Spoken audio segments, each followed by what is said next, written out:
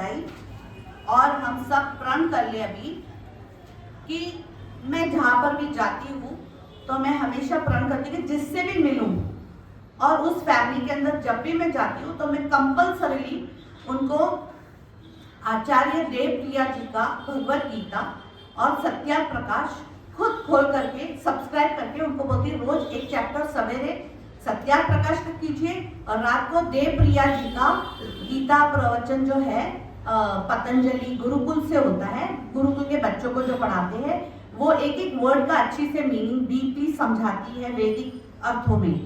तो ये मैं कंपल्सरीली जिधर भी जाती हूँ, जिस घर में मेरा प्रवेश होता है समझो उधर वो हो गया स्थापित। गुरु प्रेतस्य शिष्यस्तु पितु मेथम समाचरण प्रेतहारे सम तत्र दशरात्रेण शुद्धधयति।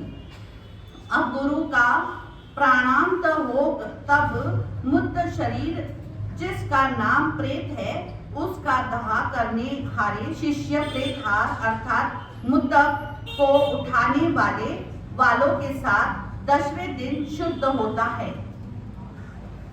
और जब उस शरीर का दाह हो चुका तब उसका नाम भूत हो जाता है। जो गुजर गया वो भूत हो गया और जो है वो प्रेजेंट है वो आत्मा शरीर में है। लेकिन जिस दिन मर जाते हैं और उसका अंत्येष्टि हो जाता है वो जो आत्मा है वो भूत बन जाता है। हम बोले भूतपूर्व ये भूतपूर्व वो, तो ऐसा वो भूत हो जाता है। ये भूत और डराने धमकाने वाला नहीं है जैसा आजकल डराया धमका जाता वो वैसा नहीं है। ये भूत हो जाता है अर्थात वह अमुक नाम का पुरुष था। जितने उत्पन्न हो वर्तमान में आ के न रहे वे भूतस्य होते हैं, उनका नाम भूत है। ऐसा ब्रह्मा से लेकर आज पर्यंत के विद्वानों का सिद्धांत है। परंतु जिसका शंका कुसंस्कार होता है उसका भय और शंका रूप भूत प्रेत शाकनी डाकनी आदि अनेक ब्रह्मजाल दुखदायक होते हैं।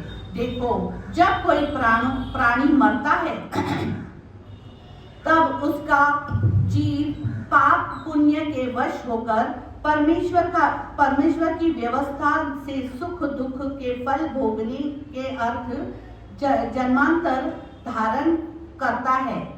हम कहते हैं चल बसा, यहाँ से चला इमीडिएटली ईश्वर की कृपा से जैसा उसका कर्म है उस योनि में वो जाके उसके गर्भ में धारण हो जाता है।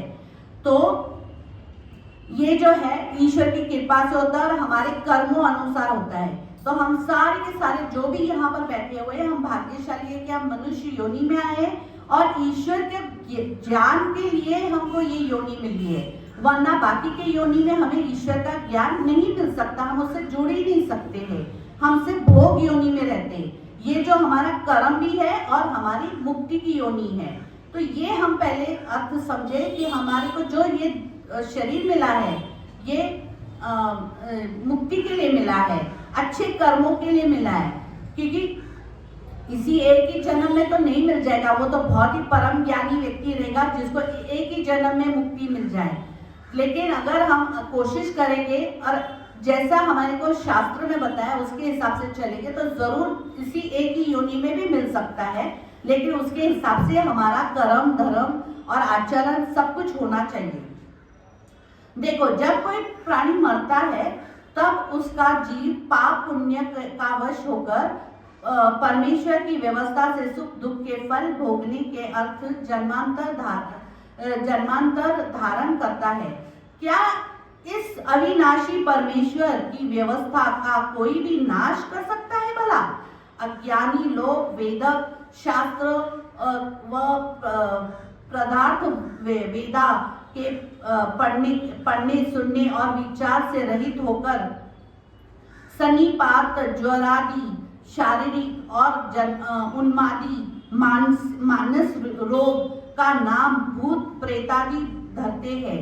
ये तो मानस का रोग है, जो भी मानसिक असंतुलन होता है वो हमारे गलत कर्मों की वजह से, गलत खान पान की वजह से, गलत तरीके से जीने की वजह से, गलत चीजों को दिमाग में भरने की वजह से हमारा दिमाग असंतुलन हो जाता है, जिसका इलाज करना चाहिए, न कि शाकनी डाकनी उसको भूत प्रेत लग गया है।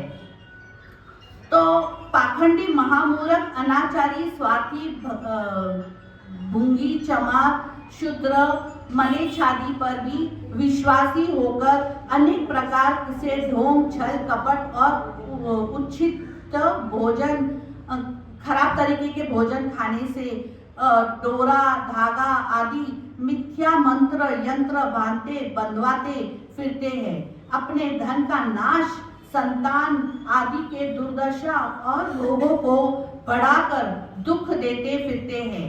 जब आंख के अंधे और गांठ के पूरे उन दुर्बुद्धि पापी स्वार्थियों के पास जाकर पूछते हैं कि महाराज, इस लड़का, लड़की या स्त्री या पुरुष को न जाने क्या हो गया है, तब वे बोलते हैं कि इसके शरीर में बड़ा भूत, प्रेत, भैरव, शीतला माता आदि देवी आ गई है। जब तक तुम इसका उपाय न करोगे तब तक तो ये छूटेगा नहीं और प्राण भी ये लेकर ही रहेगा, तुम्हारे घर का विनाश करके रहेगा। जो तुम मलिदा व इतनी भेंट दो तो मंत्र जाप पुरुष चरण से झाड़ करके इनको निकाल देंगे हम। तब वे अंधे और उनके संबंधी बोलते हैं कि महाराज जी, चाहे हमारा सर्वस्व लुट जाए, परंतु इसको अच्छा कर दीजिए, ये जल्दी से चंगा तंदुरुस्त हो जाए। हे महाराज, तुम कुछ भी करो, इसको ठीक कर दो, चंगा कर दो। तब तो उनकी बन पड़ती है। वे दूत कहते हैं, अच्छा, लाओ इतनी सामग्री, इतनी दक्षिणा, देवता को ये भेंट दे दो और ग्रह दान कराओ। झाड़ मुद्रम ढोल थाली लेकर उसके सामने बजाते गाते हैं और उनमें से एक पाखंडी उन्माद होकर नाच कूद कर कहता है, मैं इसका प्राण ही ले लूंगा, हा हा हा हा। तब वे अंधे उस भंगी, चमार आदि नीच के पंगों में पड़कर, पैरों में पड़कर कहते हैं, आप चाहे 100 लीजिए, सब कुछ ले लीजिए, इसको बचाइए महाराज, इसको बचाइए।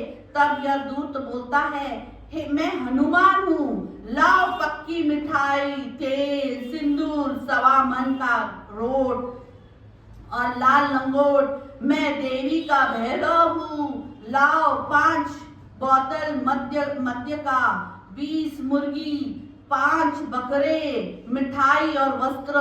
जब वे कहते हैं, जो चाहो सो ले लो, तब तो वह पागल बहुत नाचते कूदने लगते हैं। परंतु जो कोई बुद्धिमान उनकी भेंट 5 जूता, डंडा या चपेटा लाते मारे तो उनके हनुमान, देवी, भैरव झट प्रसन्न होकर भाग जाते हैं, क्योंकि वह उनका केवल धनादि हरण करने के लिए प्रयोजनार्थ ढोंग करते हैं और सीधे साधे भोले लोगों को उल्लू बनाते हैं। और जब किसी ग्रहग्रस्त ग्रह रूप ज्योतिर्विद्याभ्यास के पास जाके वे कहते हैं, हे महाराज, इसको क्या हुआ है, तब वे कहते हैं कि इस पर सूर्य आदि क्रूर ग्रह चढ़ गया है। जो तुम इनकी शांति पाठ पूजा दान कराओ तो इसका सुख हो जाएगा, नहीं तो बहुत पीड़ित होकर मर जाएगा तो भी आश्चर्य नहीं। अब स्वामी जी उत्तर देते हैं, कहिए ज्योतिर्विद, जैसा यह पृथ्वी जड़ है वैसा ही सूर्यादि लोक भी है। वे ताप और प्रकाश आदि से भिन्न कुछ भी नहीं है कर सकते। क्या ये चेतन है जो क्रोधित होंगे और दुख और शांत होकर सुख दे देंगे? नहीं। अब प्रश्नकर्ता पूछता है, क्या जो यह संसार में राजा प्रजा सुखी दुखी हो रहे हैं, यह ग्रहों का फल नहीं है? उत्तर, नहीं, ये सब पाप पुण्य के फल है। प्रश्न, तो क्या ज्योतिषी शास्त्र झूठा है? उत्तर ऋषि जी देते हैं, नहीं, जो उसमें अंक बीज रेखा गणित विद्या है वह सब सच्ची है। जो फल को की लीला और ढोंगबाजी करते हैं और वह सब झूठी बातें करते हैं। प्रश्न, क्या जो यह जन्म पत्र है सो निष्फल है? उत्तर, हाँ, यह जन्म पत्र नहीं किंतु यह शोक पत्र है। तो जो भी जन्म पत्री निकालते अपने बच्चों का, यानी कि क्या कर रहे हैं, शोक पत्री बना रहे हैं। शोक पत्र रखना चाहिए क्योंकि जब संतान का जन्म होता है तब सबके को आनंद होता है, परंतु वह आनंद तब तक होता है जब तक जन्म पत्र बन के ग्रहों का फल न सुने।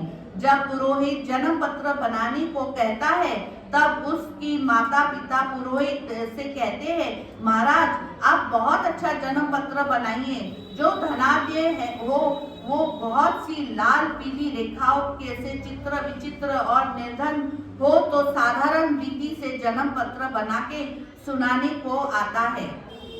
तब उसके माँ बाप ज्योतिषी जी के सामने बैठकर कहते हैं, इसका जन्म पत्र अच्छा तो है ना ज्योतिषी महाराज? ज्योतिषी कहता है, जो है सो मैं सुना रहा देता हूँ भाई। इसके जन्म ग्रह बहुत ही अच्छे हैं, मित्र ग्रह भी बहुत बहुत अच्छे हैं। जिनका फल धनाढ्य और प्रतिष्ठवान जिस सभा में जा बैठेगा वो तो सब ऊपर इसका तेज पड़ेगा, शरीर से आरोग्य और राजमानी होगा इत्यादि बातें सुनकर पिता तो बोलते हैं, वाह वाह ज्योतिषी जी महाराज आप तो बहुत अच्छे हो। ज्योतिषी जी समझते हैं कि इन बातों से कार्य सिद्ध नहीं होता।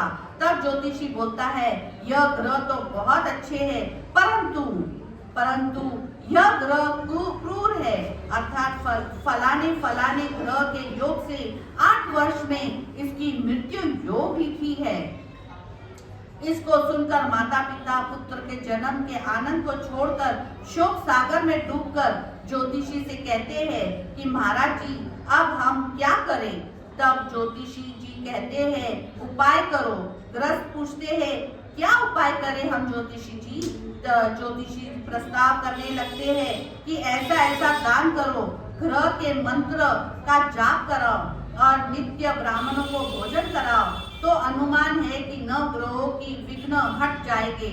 अनुमान शब्द इसलिए है कि मर जाएगा तो कहेंगे हम क्या करें, परमेश्वर के ऊपर कोई नहीं है, हमने तो बहुत सा यत्न किया और तुमने भी कराया, उसके कर्म ऐसे ही थे। और जो बच जाए तो कहते हैं, देखो हमारे मंत्र देवता ब्राह्मणों की कैसी शक्ति है, तुम्हारे लड़के को हमने बचा दिया। यहाँ यह बात होनी चाहिए थी कि इनके जब पाठ से कुछ न हो तो दूने तिगुने रुपए उन दूतों से लेने चाहिए और बच जाए तो भी ले लेने चाहिए, क्योंकि जैसे ज्योतिषियों ने कहा कि इसके कर्म और परमेश्वर के नियम तोड़ने के सामर्थ्य किसी को नहीं है, वैसे ही ग्रस्त भी कहे कि यह अपने कर्म और परमेश्वर के नियम से बचा है, तुम्हारे करने से नहीं। और तीसरे गुरु आदि भी पुण्य दान करा के आपसे पैसे ऐंठ लेते हैं, उनको भी कहो यही उत्तर दो जो ज्योतिषियों को दिया था। अब रह गई शीतला और मंत्र तंत्र यंत्र आदि, ये भी ऐसे ही ढोंग मचाते हैं। कोई कहता है कि जो हम मंत्र पढ़ के डोरा व यंत्र बना देवे तो हमारे देवता और पीर उस मंत्र यंत्र के प्रताप से उसको कोई विघ्न नहीं होने देते। उनको वही उत्तर देना चाहिए कि क्या तुम मृत्यु परमेश्वर के नियम और कर्म फल से भी बचा सकोगे?